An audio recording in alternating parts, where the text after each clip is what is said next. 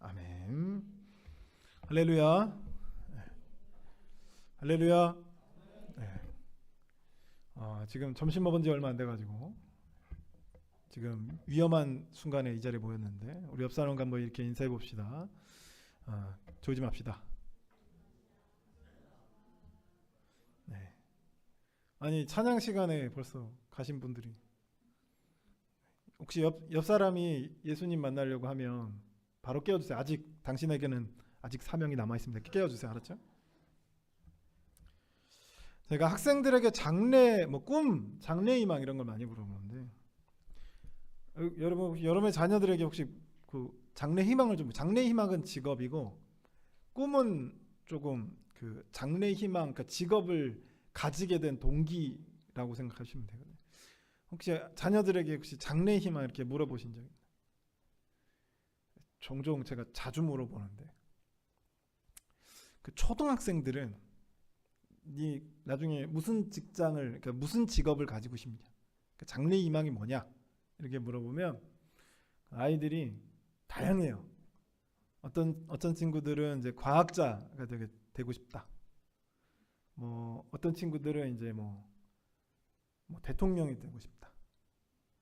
그리고 어떤 친구들은 이제 마술사가 되고 싶다. 이렇게 다양한 직업군을 얘기를 하더라고요. 어떤 소방관이 되고 싶다, 경찰관이 되고 싶다, 이렇게 다양하게 얘기하는데 중학교, 고등학교 이렇게 넘어가기 시작하면 꿈이 조금씩 바뀌기 시작하거든요. 근데 그 바뀌는 꿈이 다양한 꿈이 아니라 뭘로 바뀌는 줄 아세요? 1순위 의사, 그 다음 뭐예요? 사업가, 요즘에 이제 회계사. 다 어떤 직장들이죠? 어떤 직장? 네, 정답. 돈 많이 버는 직장. 그래서 제가 그 직장에 대해서 야, 너 의사가 되고 싶니? 야, 의사 얼마나 피곤한 줄 알아? 전공의가 되기까지 쌍코피 몇 번을 흘려야 되는 줄 아니? 막 고민을 하죠. 정말 해야 될까 말아야 될까? 정작 네가 원하는 게 뭐야? 여러분 원하는 게 뭘 것 같아요? 정답입니다. 그 아이들이 꿈꾸는 건 그죠? 정말 죽을 것 같은 그 사람들을 내 손으로 살리는 그 엄청 그 사명감에 의해서 의사가 되겠다 이게 아니라 뭐 때문에 의사가 되겠다고요? 돈 때문에 의사가 되겠다는 거예요. 만약에 그 친구들에게 목사가 한 달에 3천만 원씩 번다. 그럼 단박에 꿈이 바뀔 거예요. 그래서 진짜 그 학생들이 꿈꾸는 직업은 뭐냐면요, 백수입니다. 돈 많은 백수. 진짜라니까요. 돈 많은 백수. 다 똑같아. 다 아무도 틀린 사람이 없어요. 다 똑같습니다. 커갈수록 꿈이 돈 많은 백수가 돼간다. 그러니까 학생들의 생각은 뭐냐면 돈만 많으면 어떻게 될 줄 알아요? 돈만 많으면 행복해질 줄 압니다. 돈만 많으면 행복해질 줄 알아요. 여러분들 가만히 생각해서 돈만 많은 백수가 여러분 행복하겠습니까? 아니, 돈만 많은 백수가 자아실현이 되겠어요? 삶이 허무하지 않겠습니까? 여러분 혹시 이제 어른분들이나 이렇게 여성분들은 안 해봤겠지만 게임을 옛날에 스타크래프트라는 게임이 있었어요. 지금도 좀 하긴 합니다. 스타크래프트에 치트키가 치는 게 있어요. Show me the money. 그럼 갑자기 돈이 10,000원이 생겨요. 그럼 게임이 재미가 없어집니다. 무슨 말인지 아시겠어요? Show me the money 하면 게임이 Show me the 하면 돈이 빡 생긴다니까요. 근데 그 전까지 너무 재밌었거든요. 근데 치트키 한 방 딱 쓰면 게임이 재미가 없어져요. 손이 안 가. 무슨 말인지 아시겠습니까? 돈 많은 백수가 되면 자아실현이 되겠냐고요. 인생이 재밌겠습니까? 행복하겠어요? 허무하지 않겠습니까? 참 이런 거 보면 우리 어린들이 만들어 놓은 가치관과 세계관이 다음 세의 아이들에게 얼마나 큰 영향을 주는지 우리가 알 수 있는 대목이죠. 지금 학생들이 열심히 공부하는 이유가 부자에 초점이 맞춰져 있다면 여러분 얼마나 여러분 불행하겠습니까? 지금이. 또 나중에는 얼마나 여러분 허망하겠습니까? 혹시 불행한 소크라테스와 행복한 돼지 이야기 아십니까? 불행한 소크라테스와 행복한 돼지. 한번 여기 선택을 해볼까요? 여러분 불행한 소크라테스가 되실래요? 행복한 돼지가 되실래요? 돼지신 분. 이거랑 마찬가지인 거예요. 이게 좀 바꿔봅시다. 좀 바꿔볼게요. 최근에 보니까 영국인가 프랑스에서 개가 몇 천억의 재산을 증여를 받더라고요. 여러분 그 개의 아들 호적을 무슨 소리냐면 여러분 그 몇 천억을 받는 개가 되시겠어요? 아니면 가난한 사람이 되겠습니까? 이 질문에서 제가 말하고 싶은 건 뭐냐면 배부르고 좋은 옷을 입고 좋은 곳에 산다고 해서 우리의 삶이 만족스러운 건 아니라는 거죠. 만족스러운 건 아니라는 겁니다.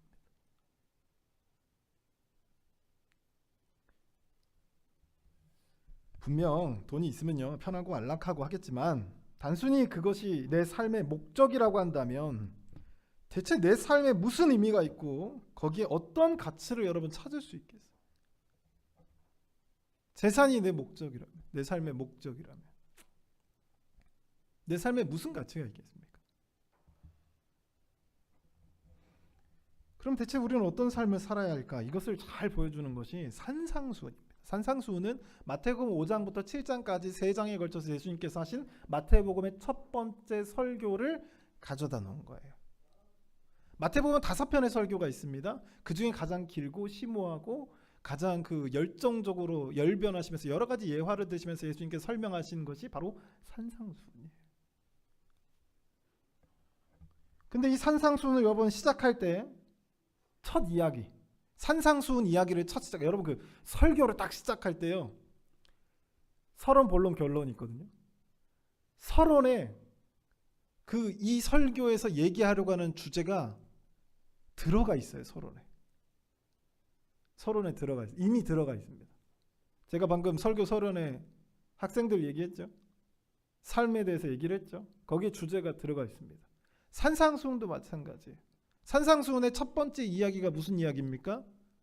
우리가 너무 잘 알고 있는 8복입니다. 8가지 복. 그것이 이 산상수훈의 도입부란 말이죠. 거기에 이 예수님께서 무엇을 얘기하려고 하시는지 이미 거기서부터 주제가 나와 있어요. 한번 찾아볼까요? 마태복음 5장 10절입니다. 자, 어떤 사람이 행복할까? 어떤 사람이 복이 있을까? 10절에 뭐라고 합니까? 함께 읽어보겠습니다. 시작. 의를 위하여 박해를 받는 자는 복이 있나니 천국이 그들의 것입니다. 어떤 게 복이 있다고요? 어떤 게 행복하다고요? 의를 위하여서 박해를 받는 거예요. 이게 얼만큼 우리의 생각, 우리의 기준으로 얼마나 아이러니한 것인지 좀 느껴지시죠? 우리가 보통 세상에서 얘기하는 행복이라는 것은 돈이 많고 지위가 높고 넉넉하고죠. 사회에 영향력이 있는 사람, 인플루엔서, 그죠? 그런 사람들이 행복하다라고 생각하잖아요. 근데 성경은 그 반대로 얘기합니다. 뭐라고 얘기하죠? 의를 위해서 박해를 받는 사람들, 가난한 사람들, 고통하는 사람들, 이 사람들이 행복하다라고 얘기합니다.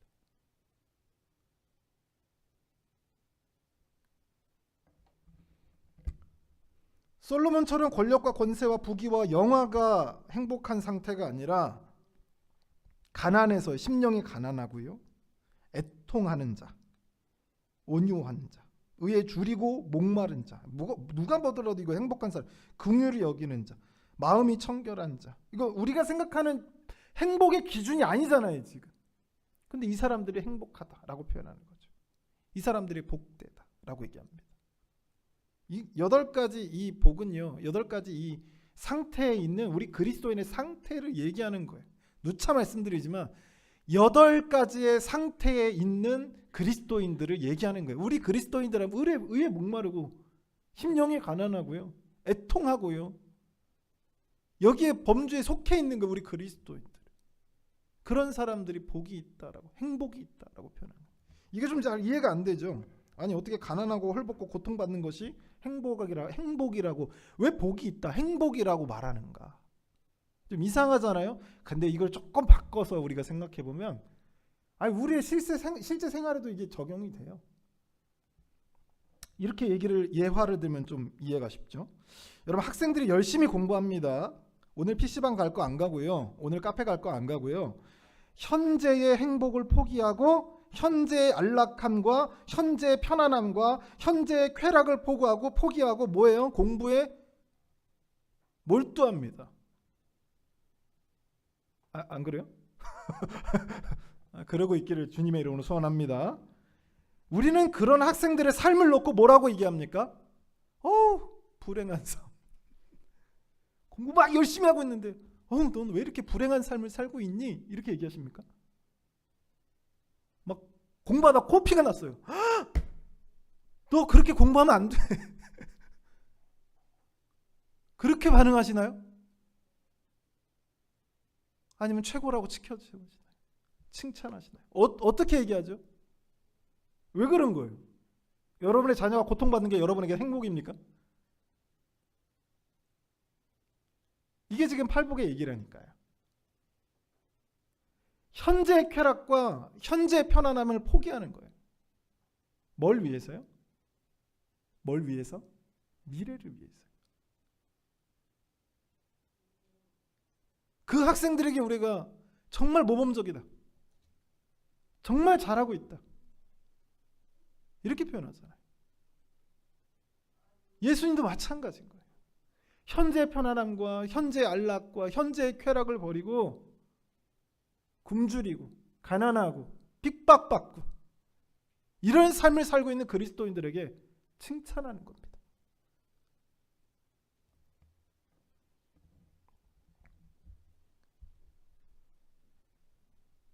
팔복으로 인해서 헐벗고 굶주리고 모함을 받는다 할지라도 미래를 위해서 현재를 견디어내는 것이 바로 그런 그리스도인들이 복이 있는 자라고 예수님이 선포하시는 내용이 팔복의 내용이에요. 팔복의 내용입니다. 이런 사람들이 행복하다, 이런 사람들이 복이 있다는 거예요. 오늘 본문의 말씀이 이 산상수훈 중간에 들어가 있는 거예요. 5장, 6장, 7장인데 그 중에 오늘 우리가 지금 본문을 읽은 게 6장이죠. 가운데 있는 거예요. 클라이막스라고 볼 수가 있겠죠. 그때 예수님께서 뭐라고 하냐면 무엇을 먹을까, 무엇을 마실까, 무엇을 입을까 염려하지 말라. 이 문자적으로만 이건 받아들여가지고 오늘 뭐 먹을까? 이 사탄! 아니 그러면 안 된다니까. 그 잘못 해석한 거예요. 지금 예수님은 뭘 얘기하고 싶은 거냐면 어떤 삶이 과연 진짜 행복한 삶인가 이거 얘기하고 싶은 거거든요. 근데 우리가 보통 뭐에 몰두해 있어요? 뭐에 골머리를 썩습니까? 뭘 염려하죠? 어떻게 하면 하나님의 나라를 세울 수 있을까? 이것 때문에 염려합니까? 뭘 때문에 염려해요? 무엇을 먹을지, 무엇을 입을지, 무엇을 마실지, 그렇죠? 아반떼를 탈지 BMW를 탈지, 그렇죠? 여기 있는 신한 아파트에 살지 강남에 있는 50억짜리 아파트에 살지 그거 고민하시잖아요. 그런 삶이 행복한 삶이냐? 그렇지 않다고 예수님이 지금 얘기하고 있는 거예요. 그래서 무엇을 먹을까, 무엇을 입을까, 무엇을 마실까 염려할 필요가 없다는 거죠. 그거 필요한지 누가 더 잘한다고요?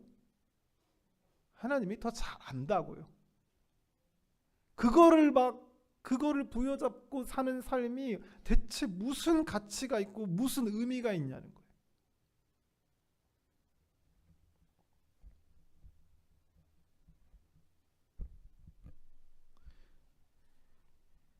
그래서 예수님은 그것은 너희의 삶에서 그리 중요한 것이 아니다라고 말씀하요.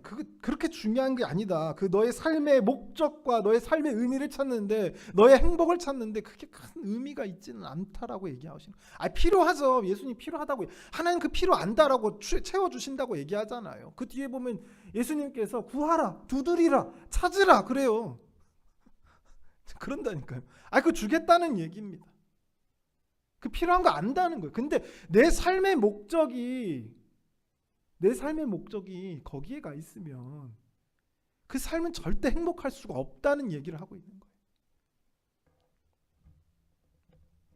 그러면서 예화를 드는 게, 새를 보면 심지도 거두지도 창고에 막 이렇게 쌓아주지도 않지만 새들도 잘 살지 않느냐는 거죠. 새들도 잘 산다 이거예요. 쌓아두지도 않고 막 오늘 추운데 민컷 코트 하나 입을까? 이러지 않는다는 거죠. 그런데도 잘 살아가고 있잖아 라고 얘기하는 거예요. 누가 입히신다고? 하나님이 입히신다고. 그러면서 우리에게 물어보는 거, 너희는 하나님의 자녀지 않냐? 그렇다면 이 새들보다 우리가 어땠다는 거죠? 우리가 더 귀한 존재라는 거죠. 그 더 귀한 존재를 하나님이 그들보다 더 잘 입히고 새들보다 더 잘 인도하시고 그러지 않겠냐는 거예요. 그러니까 자꾸 세상의 시선을 두고 허망한 것을 쫓는 우리를 보고 답답해 하시는 거죠. 답답해 하는 거예요. 진짜로 우리가 추구하고 목적으로 삼고 걸어나가야 될 길은 다른 곳에 있는데 자꾸 여기에만 생각이 몰두되어 있는, 이 땅에 있는 것만 바라보면서 이거 어떡하지 이러고 있으니까 하나님 답답한 겁니다. 여러분, 사도 바울이 우리가 이거 어떻게 하면 얻을 수 있지, 이 모든 것들 배설물로 여겼습니다. 뭘로 여겼다고요? 사도 바울은 최고의 지위와, 지금은 학벌로 따지면 넘볼 수 없는 학벌을 가지고 있고, 시민권으로 따지면 로마 시민권을 갖고 있고, 정말 촉망 만든 젊은이자 똑똑하고 성경의 모든 부분 쿡 찌르면 나오는 사람이 사도 바울이었다니까. 근데 사도 바울이 다 버리잖아요. 그러면서 자기 그 서신서에 뭐라고 표현해요? 이 모든 거 내가 육신으로 따지면 이르르르르르 한데 내가 뭘로 여겼다고요? 배설물로 여겼다. 제가 살아보니까, 내가 하나님 만나고 예수 그리스도를 만나보니까 이런 것들이 큰 의미가 없는 거예요. 그냥 버려버리는 거죠. 근데 우리가 이 사도 바울이 배설물로 여겼던 이것들을 얻기 위해서 발버둥치는 우리의 모습을 보면 사도 바울이 얼마나 답답해 하겠어요. 그러지 말라고 서신서 썼는데, 그죠? 그렇다면 우리는 무엇을 위해서 살아야 할까? 오늘 본문에 지금 그리스도인들이 왜 고난을 겪고 있느냐, 왜 그리스도인들이, 여러분 팔복에 보면 그리스도인들 고난을 딱 봐도 그 고난을 당하고 있잖아요. 어려움을 실제 역사 속에서 마태복음이 쓰여진 그 시대 때에서 그리스도인들이 박해를 당하고 어려움을 당하고 있었습니다. 신약 성경에 어려움을 당하지 않는 순간이 어디 있었겠어요? 항상 어려움이 있었겠죠. 고난이 있었고 역경이 있었습니다. 그런 그리스도인의 삶이 왜 그런 삶을 살아가고 있느냐라는 거죠. 여기에 집중해서 보면 이 그리스도인이 부자가 되려고 지금 일론 머스크처럼 뭔가 그렇게 부자가 되려고 지금 고난을 당하고 있는 겁니까? 그리스도인들이? 아니다라고 하는 거죠. 권력자가 되려고 지금 핍박을 감당해내고 있는 거예요? 아니다라고 하는 거죠.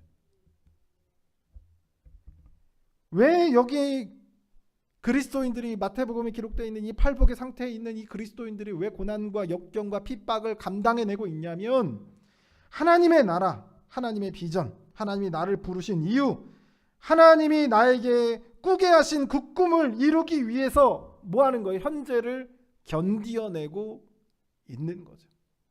할렐루야. 현재를 견뎌내시길 주님의 이름으로 소원합니다. 그래서 예수님이 뭐라고 하냐면, 그런 의미에서 너희는 먼저 이런 것들 구하자. 무엇을 먹을까, 무엇을 마실까, 무엇을 입을까, 이거 걱정하지 말고, 이거 생각하지 말고, 그건 너희들의 삶에서 그렇게 크게 중요하지 않아. 그 하나님이 다 알고 그거 다 채워줄 거야. 그러면 중요한 게 뭐냐면 내 삶에서 중요한 거, 내 삶의 목적으로 생각, 내 삶에서 추구해야 될 길, 그것이 뭐냐면, 그럼 무엇을 먹을지, 무엇을 마실지, 무엇을 입을지, 이게 중요한 게 아니라 무엇이 중요하냐면, 너희는 먼저 그의 나라와 그의 의를 구하라라고 하는 거죠. 만약 내 삶이 돈이 많이 벌기 위한 삶, 내 삶의 목적이 그냥 딱 적어서 뭐 1조를 모으는 삶이라고 한다면, 또는 내 삶이 뭐 권력을 얻기 위한 삶이라고 한다면 그것이 얼마나 허망할지 여러분 상상해 가십니까? 상상이 안 가시나 봐요. 거기 올라봐야지 아는데, 그죠? 올라보시길. 그러면 안 되나? 이게 얼마나 허망한지 좀 설명해 드릴게요. 제가 어렸을 때 가난하게 살았습니다. 제가 가난하게 살아서 그 지하방에서 탈출했던 게 중학생인가? 그 전까지는 항상 그 햇빛을 보지 못하면, 제대로 보지 못하는 지하방에 살았었어요. 이제 중학생으로 그 중학생 때 그 지하방을 탈출해서 1층으로 올라갔던 그 계기도 돈이 많아서 그런 게 아니라, 제가 비염이 굉장히 심하게 온 것을 보고 부모님이 마음이 아파서 억지게 해서 그 지상으로 올라간 거거든요. 근데 지하에 있다가 지상으로 가니까 어때요? 거의 햇빛이 안 들었거든요. 근데 지상으로 올라가니까 어때요? 너무 좋은 거예요. 그런 경험이 없으신가 보다. 지하뱅 한번 살아보시길 주님의 이름으로 소원합니다. 지하에 있다가 햇빛이 잘 안 들어와요. 거기는 햇빛이 잘, 곰팡이도 많이 쓸고 냄새도 좀 많이 나요. 그죠? 근데 거기서 탈출하니까 햇빛이 온 방을 다 비추는 거예요. 그죠? 거기가 어디예요? 여기가 천국이고 에덴 동산. 너무 좋은 곳이죠. 근데 여러분 얼마나 갔을까? 이 좋은 이 감정이 얼마나 갔을까? 일주일 가니까 의미가 없어요. 일주일 가니까. 제가 군대 갔습니다. 군대에서 여러분 생각해 보세요. 그 좁은 그 방에서 10명이 따닥따닥 자요. 옆에서 코 골면 어떻게 하죠? 때리죠. 코 골지 말라고. 이렇게 거의 하모니가 이렇게 들리죠. 하모니가 들려요. 그래서 조금 움직이면 어때요? 저는 그래도 침상이어서 괜찮은데 훈련소에서 보니까 조금 움직이면 어때요? 옆에 사람이 뭐가 나오죠? 아름다운 말이 나오죠. 나는 보다 아이씨, 그죠? 아름다운 말이 나와요. 조금만 움직이고. 자, 그런 곳에 살다가 제가 이제 전역을 했어요. 갑자기 집이 이사를 갔습니다. 전역했더니 어디 갔어요? 그랬더니 남양주 신접으로 왔대. 그래서 난생 처음 가보는, 날 대체 데려고 한 번이라도 데려가 봤어야 되는데 대체 어디로, 여러분 내비게이션 없으면 요즘에 차 운전 못하죠.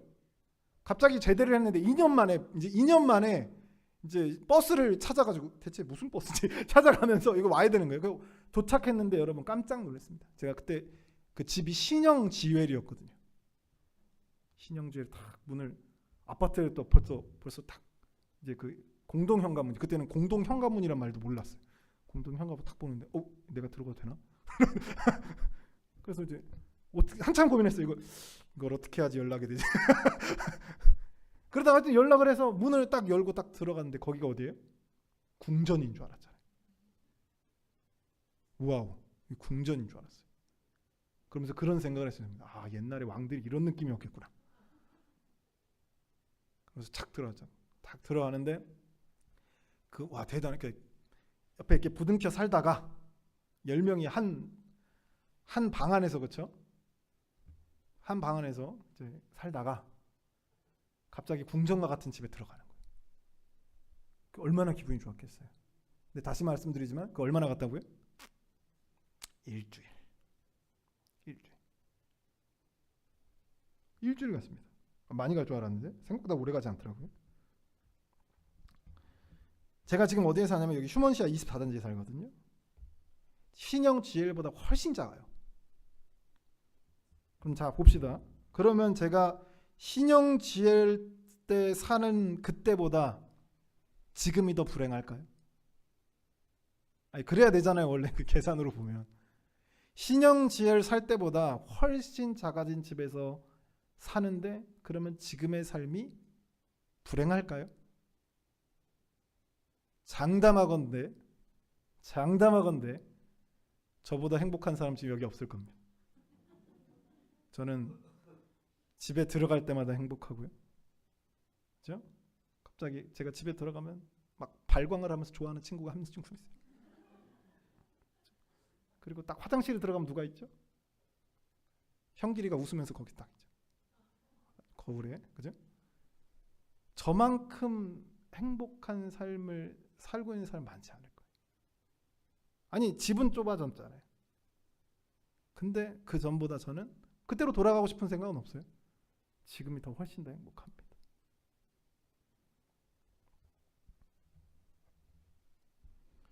분명히 불편하죠. 넓은 데 살면 더 좋겠죠.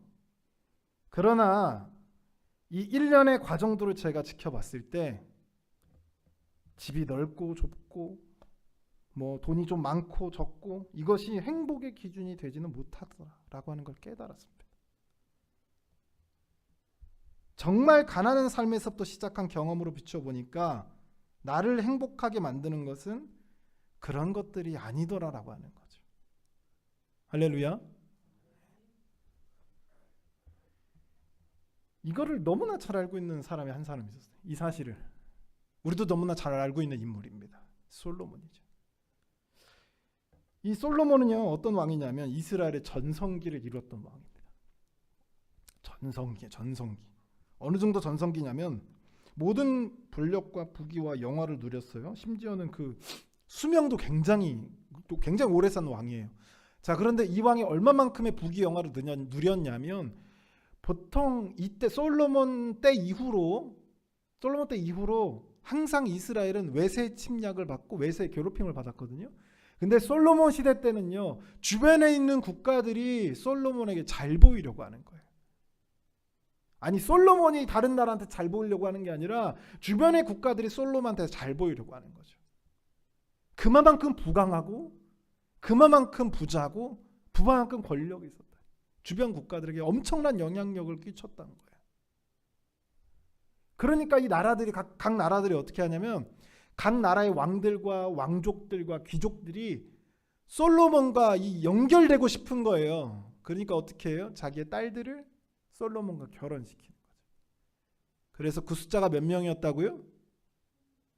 네, 700명 정확하게. 700명, 300명은 첩입니다. 귀족들이나 왕족들의 딸들이 첩으로 가진 않았을 거고 700명입니다. 그 이름도 다 못 외웠을 거예요, 그죠? 네. 이름도 몰랐을 거예요. 그만큼 솔로몬이 엄청난 부귀를 누렸습니다. 이런 영화와 부귀를 누리고 싶으시죠? 아닌가요? 자, 그런데 이 솔로몬이 전도서 1장 3절에 보면 뭐라고 얘기하냐면 헤멜 모든 것이 정말 헤멜이라고 나와요. 이 헤멜이라고 하는 뜻은 수증기, 연기, 히브리어로 연기라고 하는 뜻을 갖고 있거든요.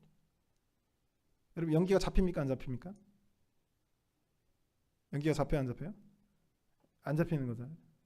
그래서 이 히브리식으로 이 연기와 같다 이런 건 허망하고 헛된 것이라고 하거든요. 그래서 우리가 번역할 때 어떻게 되면 헛되니 모든 것이 헛되고 헛되도다. 네? 누가요? 누가요? 부인 700명, 부귀영화, 장수, 아예 없는 게 없는 왕입니다. 없는 걸 이게 행복하지 못할 불행 요소를 찾는 게 더 빨라요. 행복한 요소보다. 그만큼 부족하게 없는 왕인데 뭐라고 고백한다고요? 헛되니 모든 것이 헛되고 헛되도다.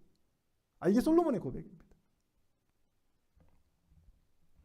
그래서 이 전도서에서 뭘 얘기하고 싶냐면 하나님과 무관하게 하나님과 상관없이 인생의 목적과 인생의 의미를 찾는 모든 시도들이 의미가 없다라고 하는 거죠. 그것이 얼마나 불행한 일이고 얼마나 위험한 일인지 경고를 하고 있는 거죠. 이런 것들은 다 뭐 같다라고 얘기해요. 헤멜, 연기와 같다. 연기는 잡을 수가 없죠. 근데 잡히지도 않는 그걸 잡으려고 막 사람들이 그러고 있는 모습을 보면서 솔로몬이 헛되다라고 얘기하는 거죠. 헤멜이라고 얘기하는 겁니다. 이 땅을 바라볼 때 우리는 행복을 찾을 수도 누릴 수도 없다는 것을 명심하게 주님의 이름으로 소원합니다. 이 땅의 것을 가지고 내가 얼마나 더 소유할까, 얼마나 더 찾을까, 어느 게 더 쥐일까, 내 손에 쥐일까, 이런 순간 내 삶에서는 행복이 있을 수가 없어요. 내 삶에 행복이라는 있을 수가 없습니다. 쾌락은 있겠죠.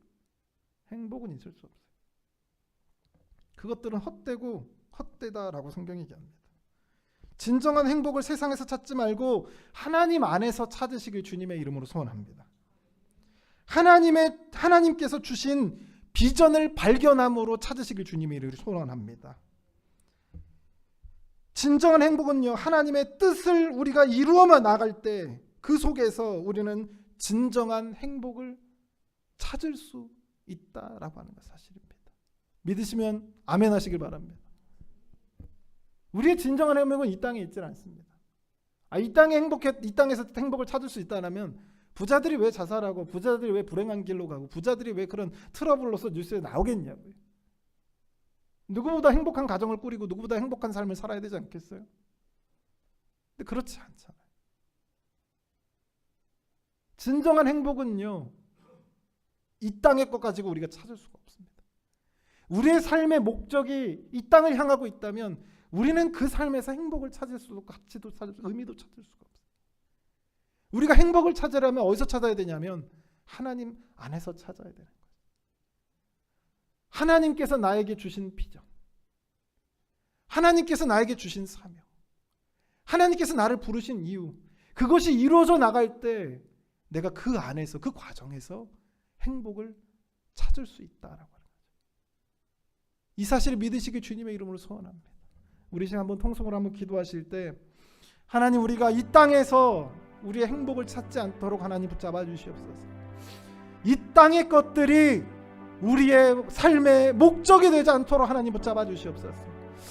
우리가 이 세상에 시선을 두지 않고 하나님을 향해서 시선을 둬야 되는 것은 이 땅에 내가 진정으로 행복해지는 그 길이 존재하는 것이 아니라 하나님 안에서야 비로소 우리가 행복해질 수 있는 길이 있다는 사실을 우리가 명심하고, 솔로몬의 충고와 산상수훈의 충고를 기억하며 우리가 하나님 안에서 행복을 찾기를 바랍니다.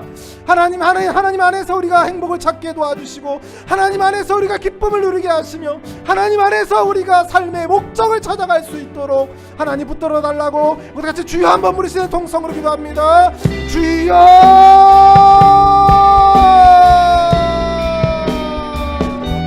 하나님 아버지, 시간 우리와 함께 하시는 하나님의 역사를 기대하며 나갑니다.